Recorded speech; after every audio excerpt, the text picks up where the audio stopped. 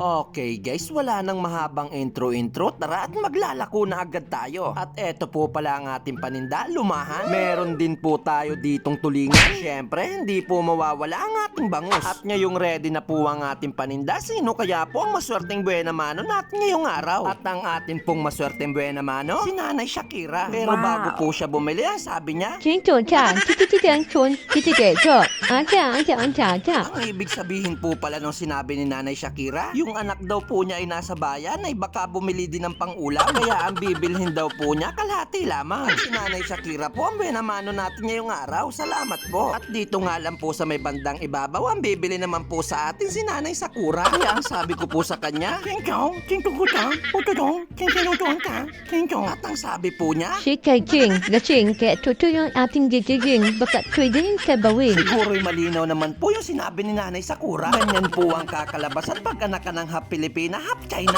At ngayon guys, papasukin naman natin ang natatagong ganda nitong San Pedro para bumili lang ng yelo.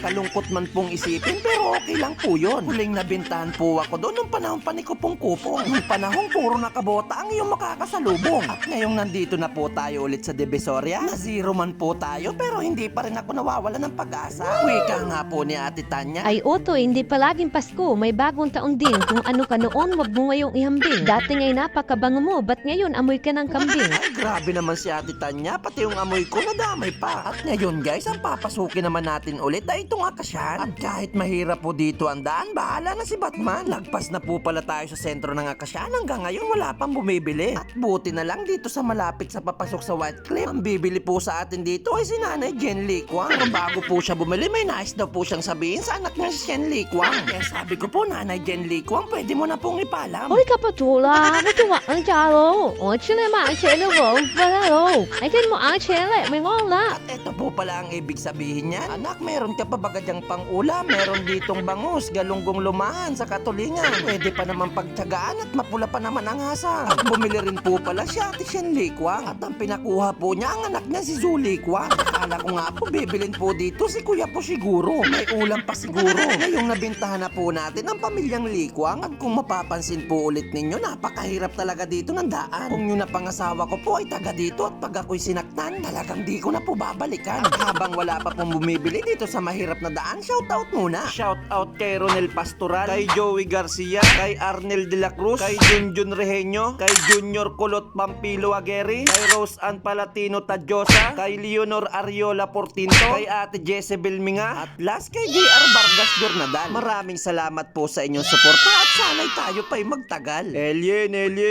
Makalampas lang po tayo dito sa mahirap na daan. Ang bibili naman po sa atin si Nanay Hisate. Pero bago po siya bumili, may nais daw po siyang sabihin sa anak niya si Hisuke. At ito po ang kanya sinabi. 好口啦，好土啦，好土啦嘛，口了么chile。